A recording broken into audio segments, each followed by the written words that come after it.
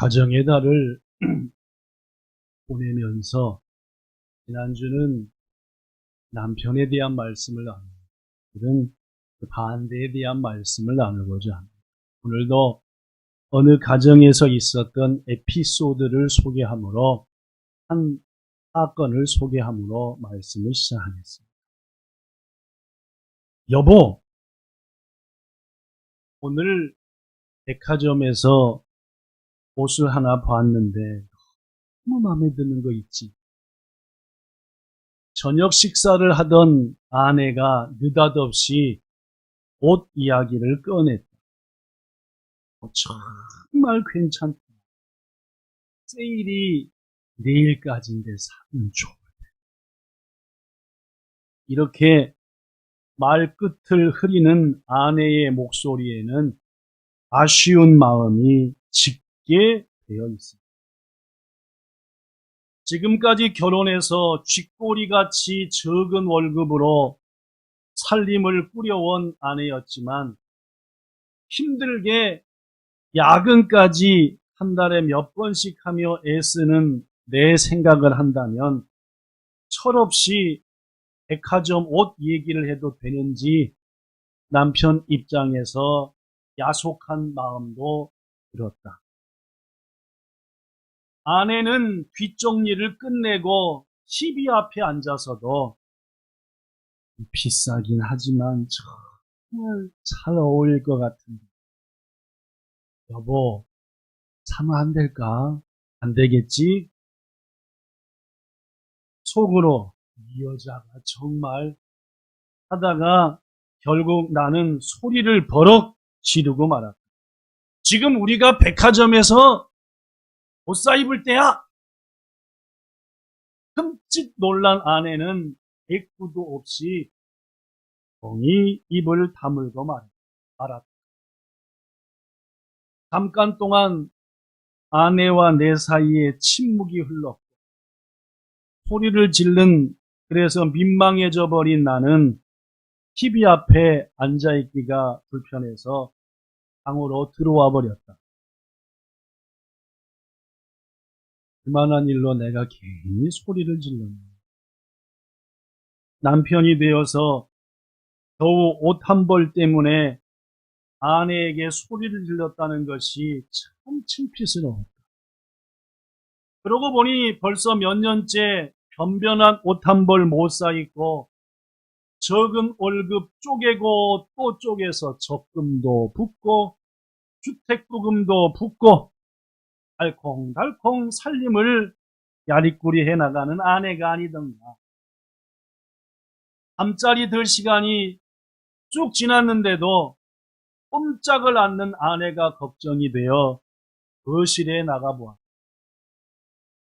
이미 소파에 몸을 웅크리고 아내는 잠이 들어 있었다. 울다가 잤는지 눈이 퉁퉁 부어 있었다. 다음날 아침 아내는 아무 일도 없었다는 듯이 아침밥을 차리고 있었다.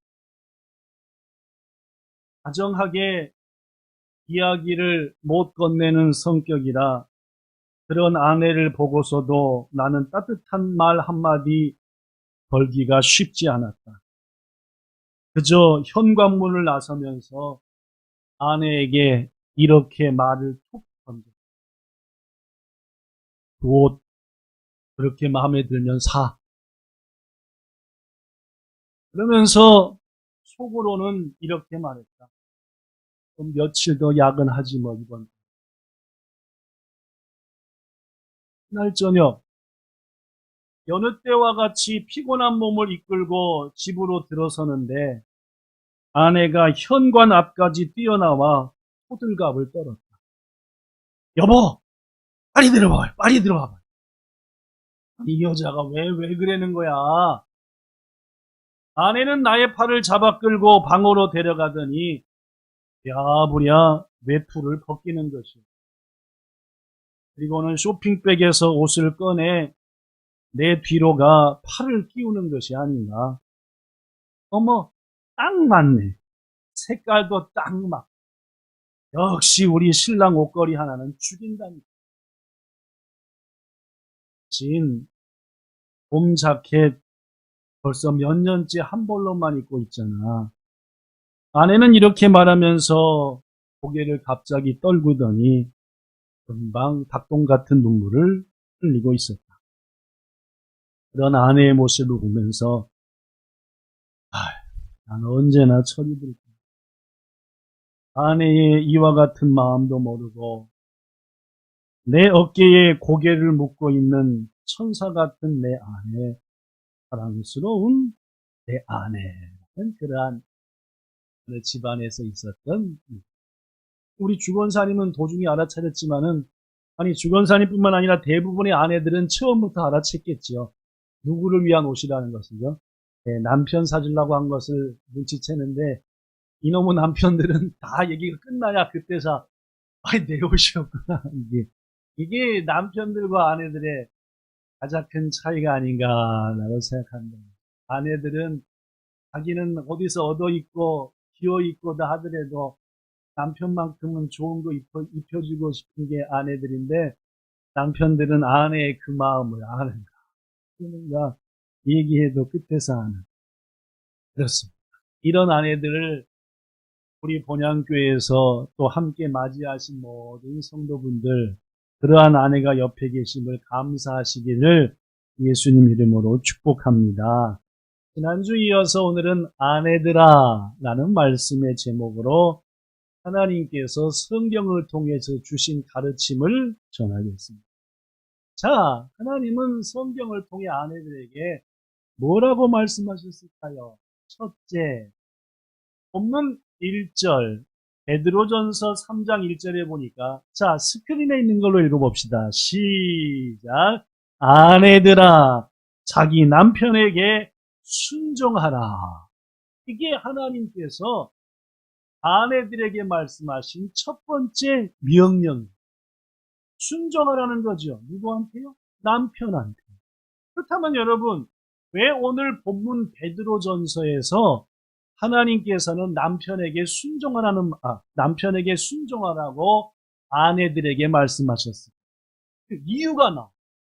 자, 오늘 본문 1절과 2절 보면은 왜 남편에게 순종해야 되느냐? 이는 혹 말씀을 순종하지 않는 자라도 무슨 뜻입니까? 예수님을 안 믿는 사람이라도란 뜻입니다. 네 남편 중에 예수를 안 믿는 남편이나 가족이 있을 때에 말로 하지 않고 그 안에 행실로 말미암아 구원을 받게 함이니 그렇습니다. 예수 믿는 아내가 예수님 모르는 남편을 아무리 전도해서 교회 갑시다 해도 나까나까 말 안 들어요. 그런데 어떻게 해요? 이 아내가 행실로서 항상 남편을 높이고 순정하고 공경하고 교회만 갔다 오면은 더 남편을 높이고 하니까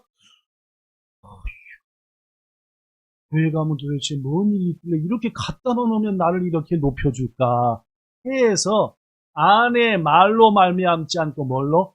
행실로 말미암아서 자 한다 그 말입니다. 2절 보니까 너희의 두려워하며 정결한 행실을 봄이라. 누구에 대한 두려움입니까? 여기서 남편이라 하나님. 야, 이 여자가 진짜 하나님을 뭐하네? 제대로 믿고 두려워하는구만. 우리 아내가 나한테 이렇게 귀중하고 잘하는데 도대체 이 아내가 소중히 여기고 높이는 두려워하는 하나님 도대체 어떤 분인가 하고 마음으로 받아들이게 된다라는 말입니다. 그렇습니다, 여러분. 믿지 않는 남편을 가족을 구원할 수 있기에 아내들은 가정에서 남편에게 순종해야 된다. 오늘 말씀에서 말하는 겁니다. 그렇습니다, 여러분. 믿지 않는 남편, 우리의 믿지 않는 가족들은 우리의 신앙에 대해서 전혀 관심이 없는 것 같지만은 실은 다 보고 있다.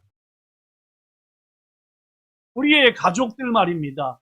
우리의 자녀들, 우리의 부모님들도 내 신앙에 대해서 별로 관심 없는 것 같지만 나름대로 자세히 지켜보고 있다는 거지요. 겉모습만 아니라 어디까지요? 속모습까지. 그래서 하나님께서는 사도 바울을 통해서 이런 말을 했습니다. 고린도전서 7장 14절 믿지 아니하는 남편이 아내로 말미암아 뭐하게 될 수 있고 거룩하게 될 수 있고, 반대로 믿지 아니한 아내가 남편으로 말미암아 뭐가 될 수 있다? 거룩하게 될 수 있다. 즉 예수 모르는 남편이 아내 때문에 거룩한 백성이 될 수 있고, 반대의 일도 일어나며, 더구나 믿지 않는 가족들이 믿는 여러분과 저를 통해서 거룩하게 될 수 있다는 거니까, 가정에서 우리의 모든 삶의 행실이 하나님 보시기에도 가족이 보기에도 아름다워. 더구나 뭐 해야 된다? 순종해야 된다. 하나님. 사랑하는 성도 여러분, 여러분과 저 특히 본향의 아내들을 통해서 남편과 온 가족이 함께 하나님의 나라를 유업으로 받는 그 지난주에 말씀했던 복을 꼭 누리게 되시기를 예수님 이름으로 축복합니다. 자, 그렇다면은 성경, 즉 하나님은 남편에게 어떤 면에 있어서 순종하라 했을까요? 어떻게 남편을 높이라 했냐 그 말입니다. 첫째, 성경 말씀 바탕으로 바로 1번 시작. 아내는 남편과 다투며 성내지 말아야 됩니다. 가지를 빡빡 긁은 것도 모자라서 막 식는 대로 남편한테 성질을 내고 하는 것은 하나님이 금하시는 것이다 그 말. 아시겠죠? 이 최고 신혼부부인 닥게다와 하영이도, 하영이가 아무리 닥게다한테 혹 열받는 일이 있어도 성질을 빡빡 내면서 닥게다! 이렇게 하는 것은 하나님이 금하는 것이다. 성경 잠언 21장 9절에 보니까 이런 말이 있습니다. 다투는 여인과 함께 큰 집에서 사는 것보다 어디 사는 게 낫다? 움막이 낫다. 아무리 집이 좋고 침대가 편해도 옆에서 계속 침대고 그러면은 차라리 그냥 초가집 움막 가서 자는 게 낫다는 말이죠.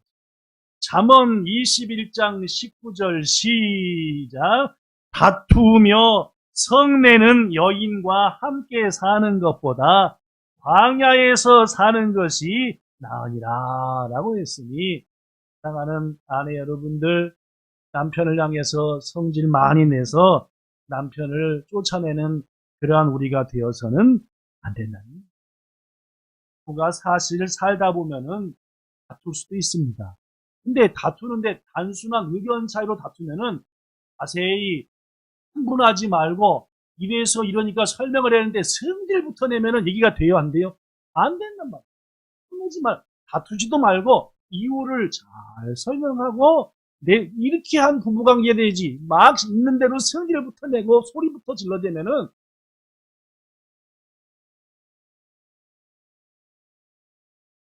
지난주 목요일 날, 그러니까 오늘이 주일이니까 토, 금, 목 3일 전 하루 종일 비가 주룩주룩 내렸습니다.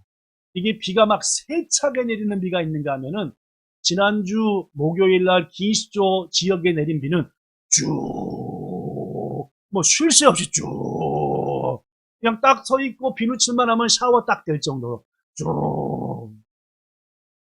하루 종일 비가 오더니 오후 해 넘어갈 때쯤, 해가 질 때쯤 돼서 기시조는 야또 그쳤습니다. 그래서 제가 마음 먹었죠.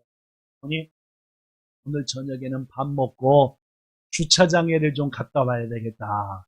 왜냐면 우리 교회 차 주차장이 여기서 한 걸어서 25분쯤 되는 저 카메이도 지나 저쪽 뭐 다치바난가 하는 그 올림픽 옆에 있는 7층짜리 큰 건물의 꼭대기에 있는데, 왜 비 오는 날 제가 비가 개면은 가냐면은 이게 우리 부르마가 옥상에 있는데 비가 목요일 같은 비가 오면은 쭉쭉 내려가지고 그동안 끼었던 먼지고 무슨 때껍짝이고 다 해가지고 가서 걸레로 술술술술 한 2, 30분 닦으면은 이게 차가 삐까삐까.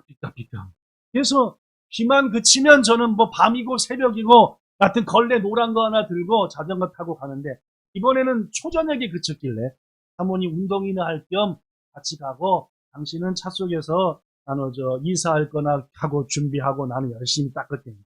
그래가지고 이제 닦고 오니까 밤 11시가 다 된 거예요.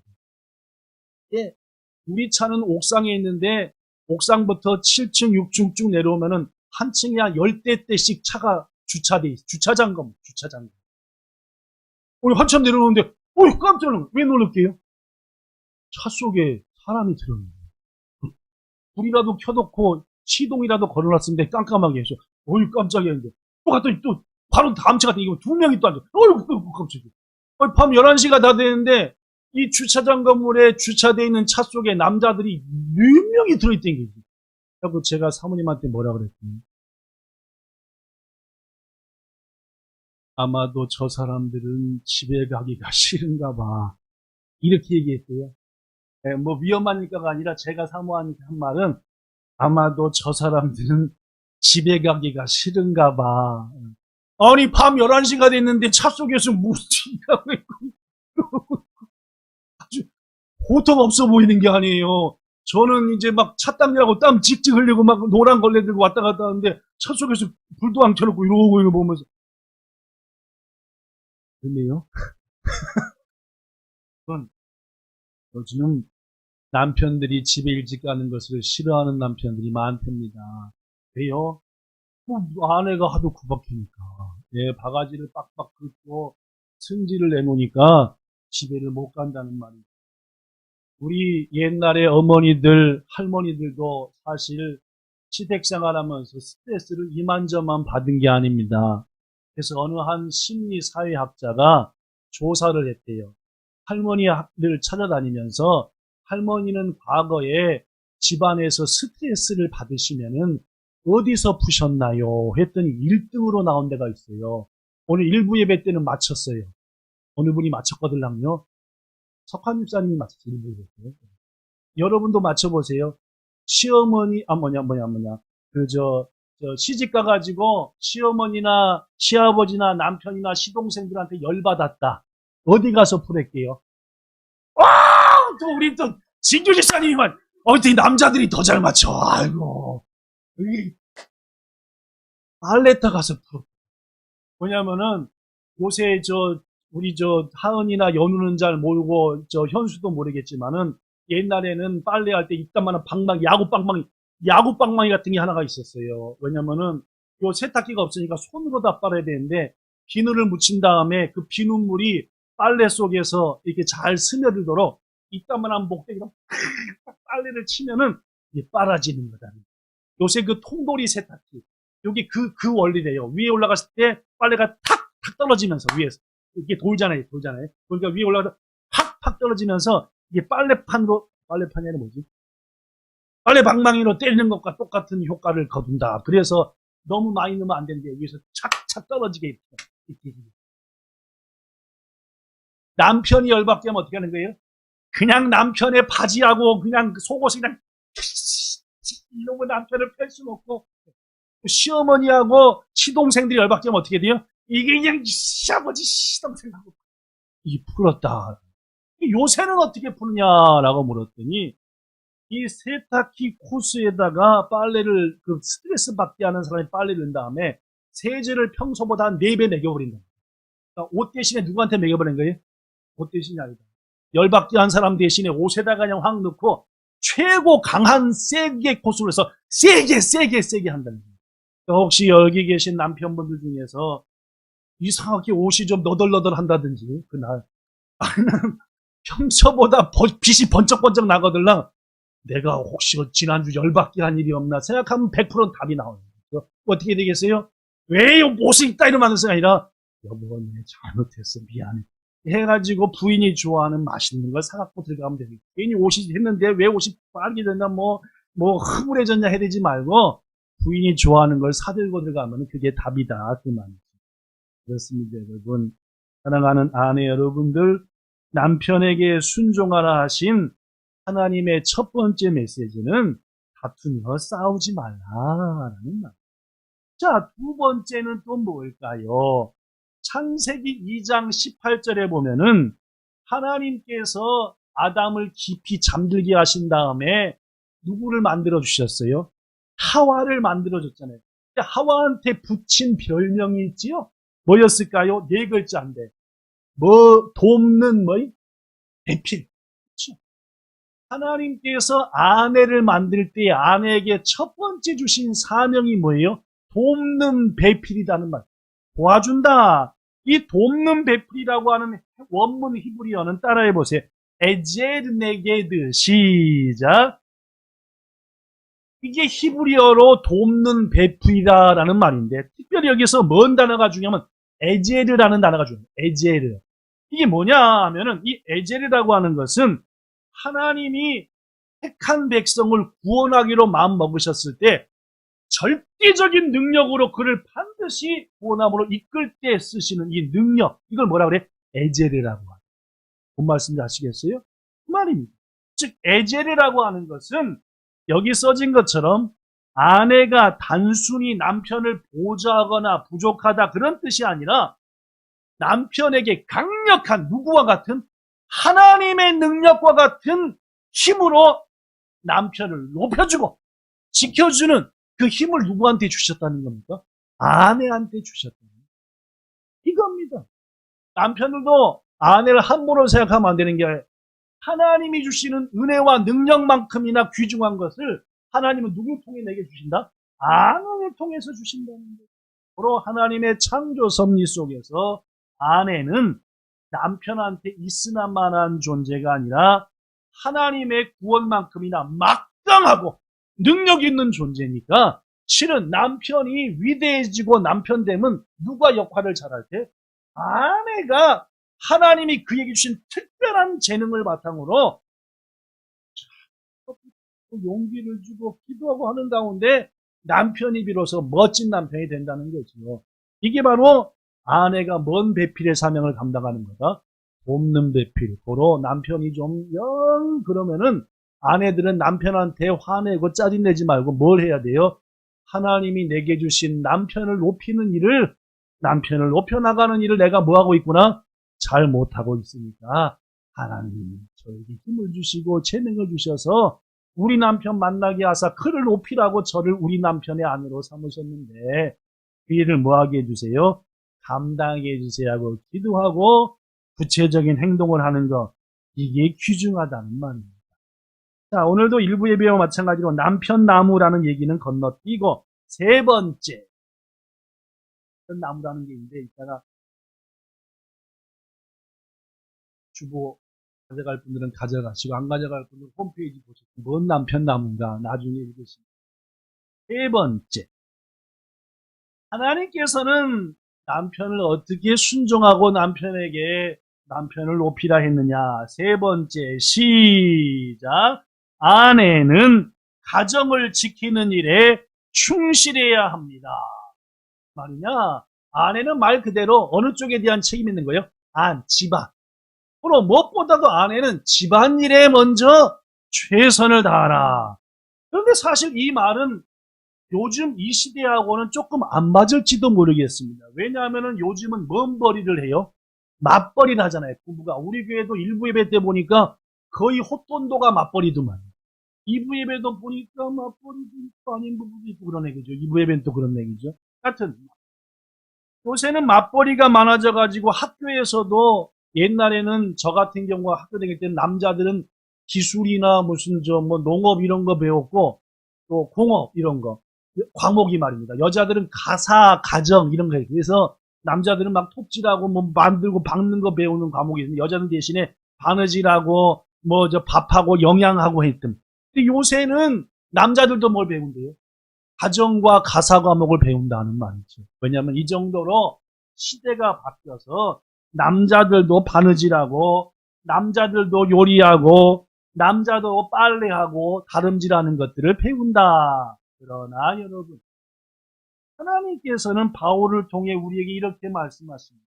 기도서 2장 4절 5절에 보니까 기도야 젊은 여자들을 교훈하되 그 남편과 자녀를 사랑함과 동시에 사랑한다면 어떻게 되느냐. 5절에 보니까 신중하며 분별을 잘하라는 말입니다. 두 번째는 순전하며 집안일을 잘하며 선하며 자기 남편에게 복종해야 된다. 왜냐? 하나님의 말씀이 비방을 안 받게 하려고 하는 것이다. 즉 아내의 역할은 집안에서 맡겨진 귀한 일들을 잘함으로 인해서 하나님의 말씀이 비방받지 않도록 아내로서의 역할을 충실히 해라 그 말입니다. 더구나 디모데전서 5장 14절에 보면은 젊은이는 시집가서 아이를 낳고 집을 다스려, 즉 집을 지켜서 대적들에게 비방할 기회를 조금도 주지 말아라. 말아야 된다. 이게 말이냐 이 말입니다. 아내가 없는 가정, 어머니가 밖에 나가서 바쁜 가정에는 누가 틈타기 좋다는 말입니다. 왼수. 뭘 깨는 왼수들? 가정을 깨는 원수들이 가정에 틈타기가 좋다는 말입니다. 여러분 생각해 보세요. 하나님이 우리한테 가정을 주신 것은 가정이 행복하여 기쁨으로 주님을 영화롭게 하는데 이 가정이 행복하게 안 만들면은 하나님이 기쁠 일이 없으신 거지요. 그러니까 사탄은 뭘 자꾸 깨려고 그래요? 가정을 자꾸 행복을 깨버리려고 하는 거죠. 그런데 사탄이 어느 가정에 틈타기 좋냐?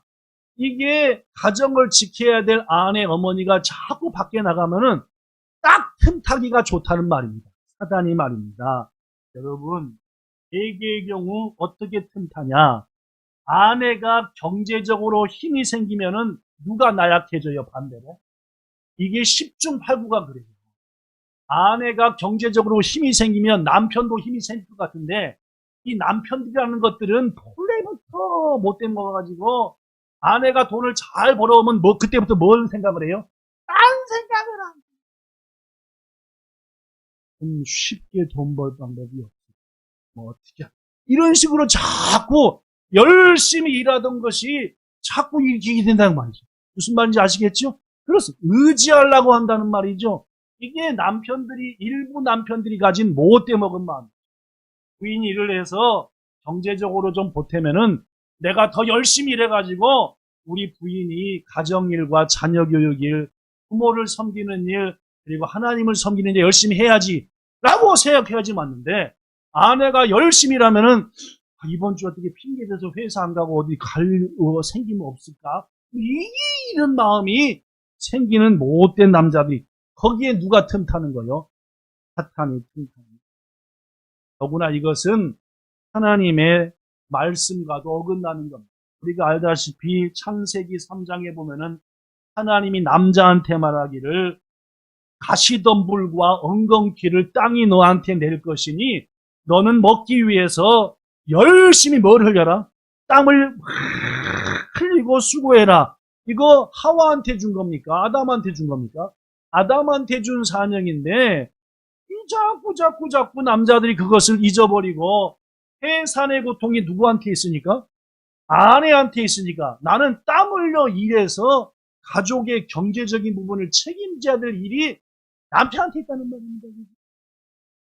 여러분, 더구나 말입니다. 아내가 경제적으로 힘이 생기면 남편이 나약해짐과 동시에 아내한테 힘이 들어가죠. 서서히 누굴 무시해요? 당신이 벌어오면 얼마나 벌어오길래 하면서 남편을 뭐예요? 공격합니다. 더구나 이 사람 없이도 나 혼자 편히 살 수 있겠다는 생각이 아내의 마음에 들어오게 되고 결국 경제력을 잃은 가장의 권위는 깨져서 하나님이 가장을 중심으로 세운 가정 질서가 망가지기 시작하고 결국 그 가정은 그때부터 어디를 향해 달려가는 거예요?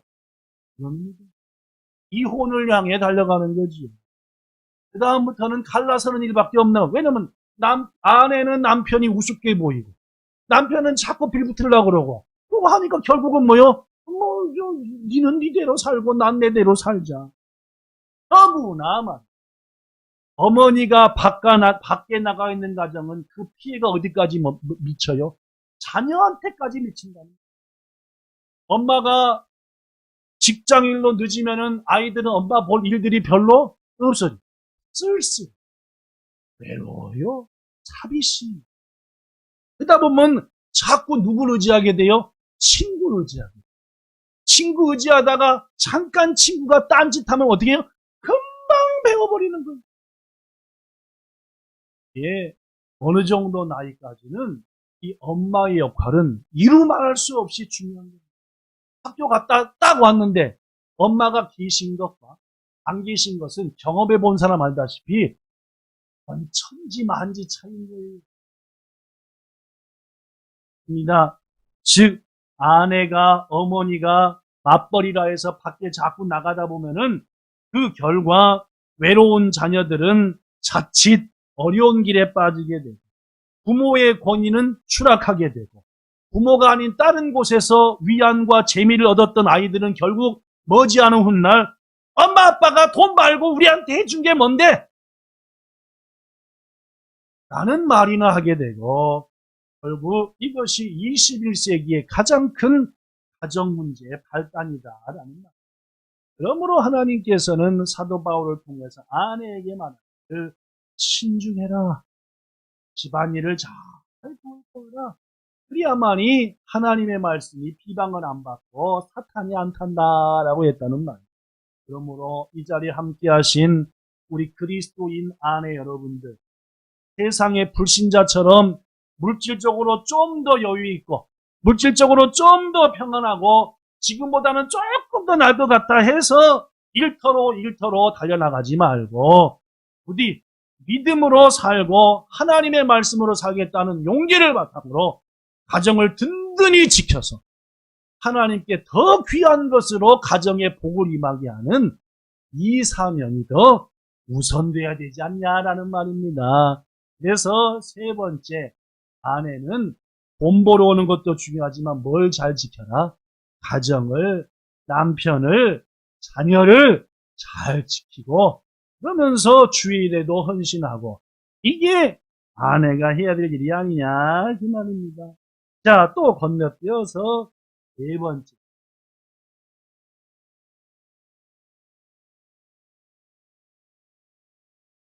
설교 페이지를 한 6페이지쯤 준비하는데 또 하다 보니까 8페이지까지 돼서 조금 건너뛰고 나중에 주보를 가져가셔서 보시든지 홈페이지에서 보시면 됩니다.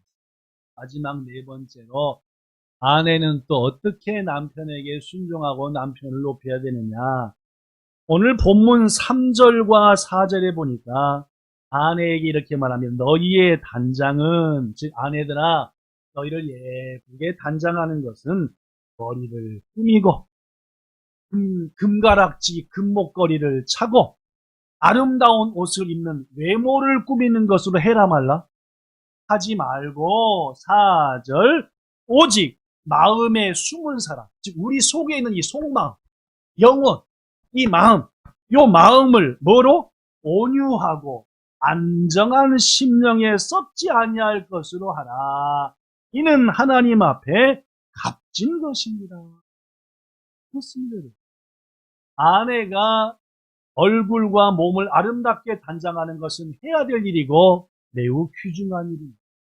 여기 보세요. 하루 종일 일하고 왔는데 학교 딱 갔다 왔는데 엄마가 여기 코 묻어 있고 고춧가루 3개 껴 있고 하면은 야, 계신 게 좋긴 한데 약간 좀 스트레스 받잖아요. 그죠? 그래서 좀 예쁘게. 그러나 이보다 더 중요한 일은 뭐냐? 마음과 영혼을 아름답게 단장하는 일이다.